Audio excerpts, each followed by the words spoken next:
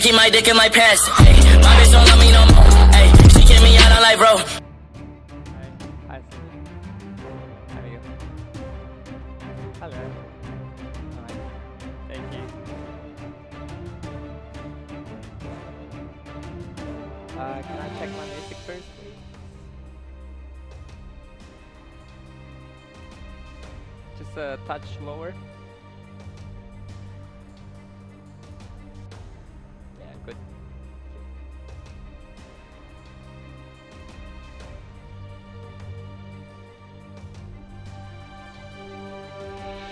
Ready? Right, music please.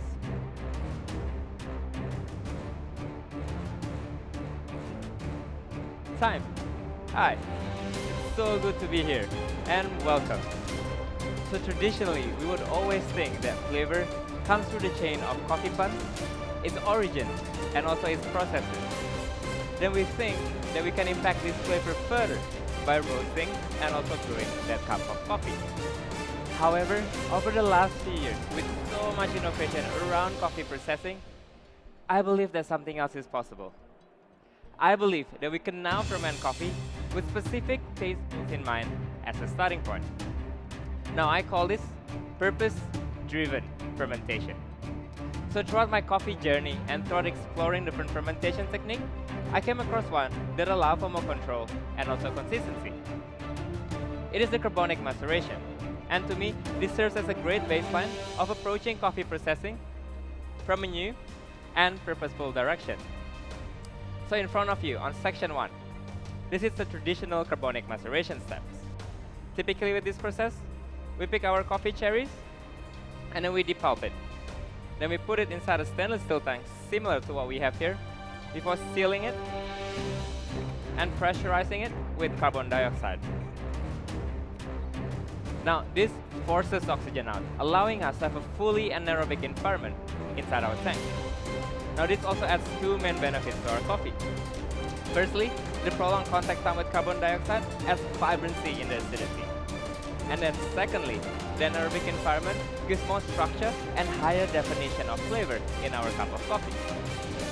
So today I'm going to highlight 3 different coffees and a few purpose-driven modifications to the traditional CM that is fully chosen for espresso, milk beverage, and also signature beverage course. Now I'm going to do some work over here on this table, but for now, I would like for you to direct your attention on section 2 in front of you. This is fermentation for espresso. Now the goal for espresso is to have well-balanced, vibrant, and clear cup of coffee. With this goal in mind, we chose a coffee that was specifically fermented for this purpose. It is a green tip geisha from the Volcan region of Panama. This coffee was processed by Jamison Savage of Finca Debra at 1900 meters above sea level. Now if you see first part of section 2, this is how Jamison started his fermentation. He starts by depulping his coffee cherries and leaving only 10% of mucilage intact. This was done to add a better tactile experience to the cup of coffee.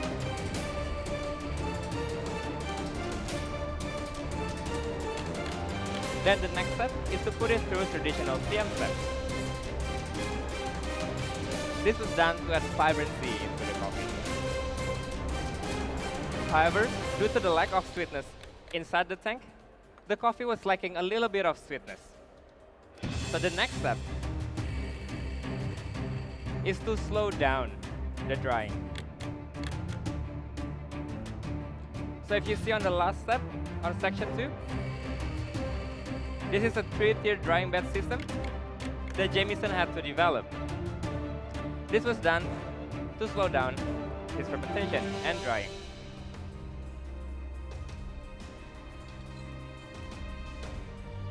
So he starts drying on the first layer, where the coffee can spend direct contact time with the sunlight. Then he moves the coffee to the second and the third layer, where the area is a lot more shaded, allowing him to dry the coffee slower, breaking down the mucilage slower, and developing complex sugary sweetness that will match out the vibrancy really, really well.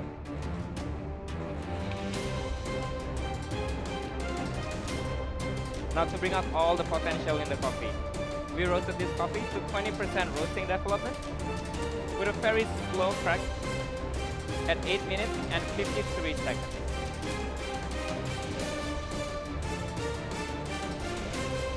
Now when I give you this coffee later, please assess the visual only, but do not drink them just yet.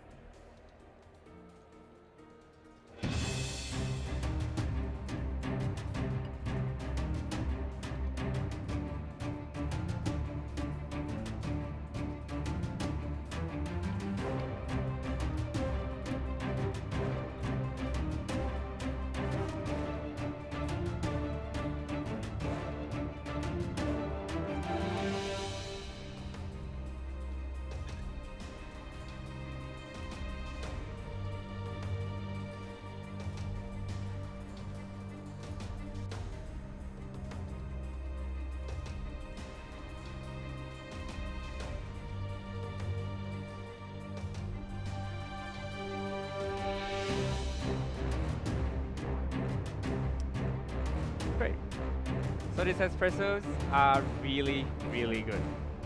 In there, you'll notice floral aroma of rose. Then you get vibrancy of orange. And then you get sweetness. They'll remind you of candy. The body is medium with a very silky texture and a clean finish of Earl Grey tea. Today we use 19.5 grams of coffee to let out 42 grams of espresso. Now please stir 10 times to fully mix all the flavor in there and take at least 3 big sips to fully enjoy this drink. The empty vessel to your right are for your dirty teaspoons, and please go ahead and enjoy. I'm really excited for you.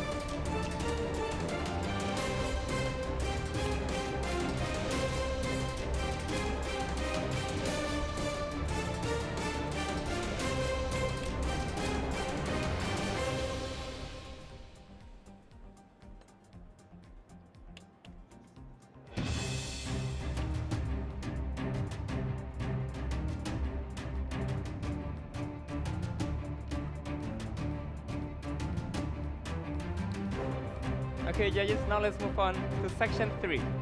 This is your milk beverage course. So the goal for milk beverage is to achieve clarity and also balance. With this goal in mind, we chose a coffee that was specifically fermented for this purpose. It is an heirloom variety coffee from the Guji region of Ethiopia.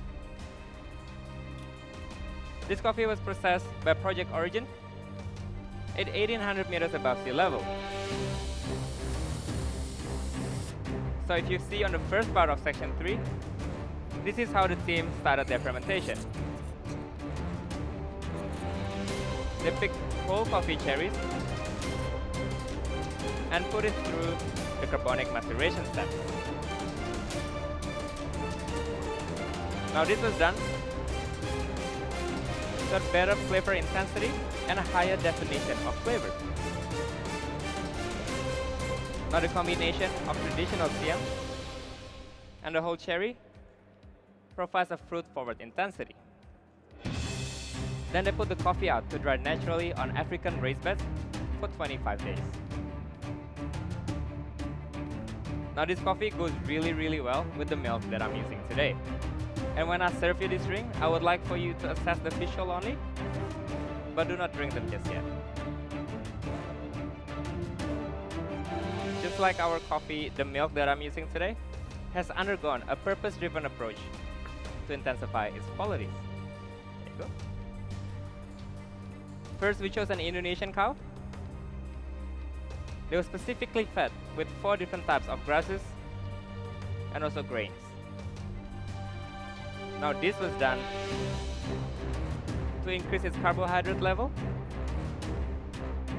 intensifying the sweetness in the milk. There you go.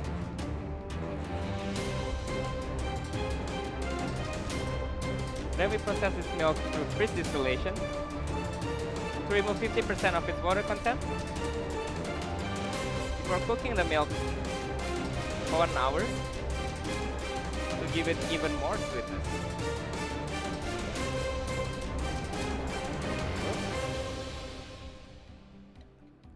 Today we use 21 grams of coffee to allow a short 24 grams of espresso. And this milk beverage is so good. In there you get flavors that remind you of Irish cream,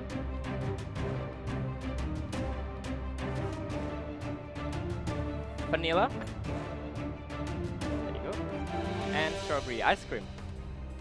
Now please stir 5 times clockwise to fully harmonize all the flavor in there. And please go ahead and really enjoy this drink.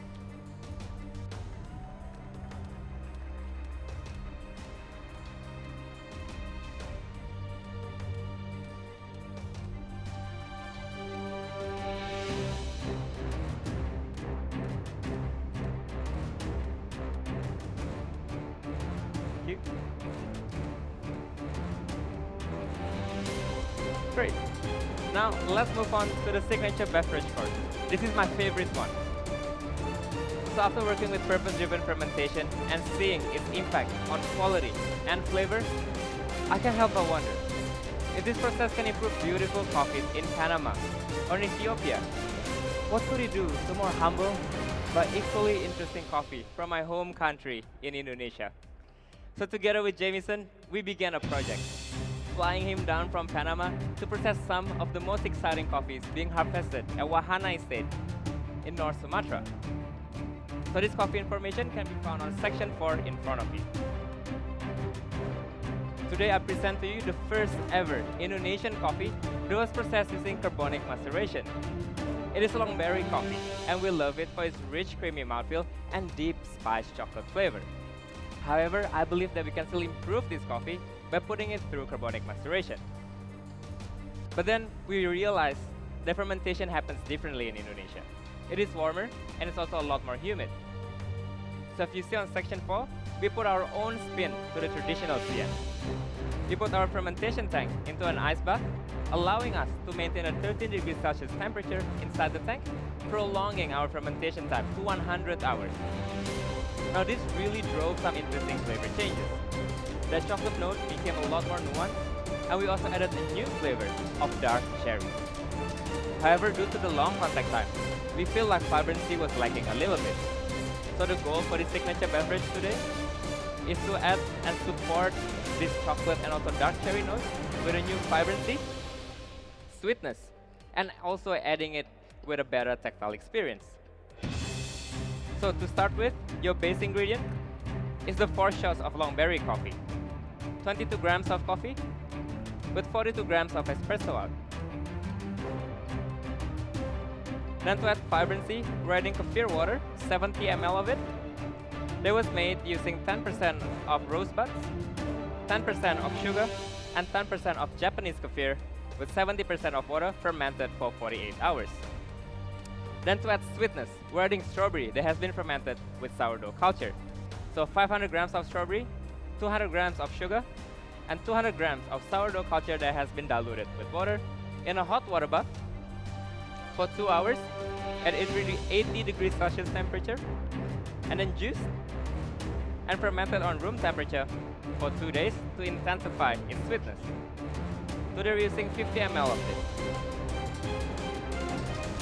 And then lastly, to add a better tactile experience and to bind all the ingredients together, we're adding plum that has been fermented with, guess what? Carbonic maceration. So, 200 grams of black plum inside this tank fermented for 100 hours. The result is 20 ml of this plum juice. Now this drink will be served slightly chilled, and I want you to enjoy it in 3 sips, swirling in between your sip, and making sure that you have 30 seconds in between your sips. The reason why I asked you to do this is because there will be some interesting flavor changes. You'll start with tasting and noticing aroma of rose, then dark cherry, then dark chocolate truffle.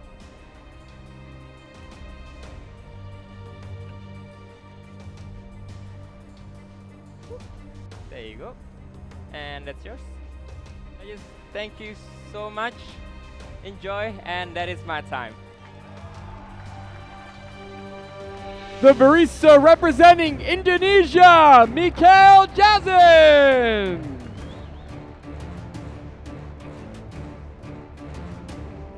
Jangan lupa like, subscribe, karena itu semua gratis mas bro.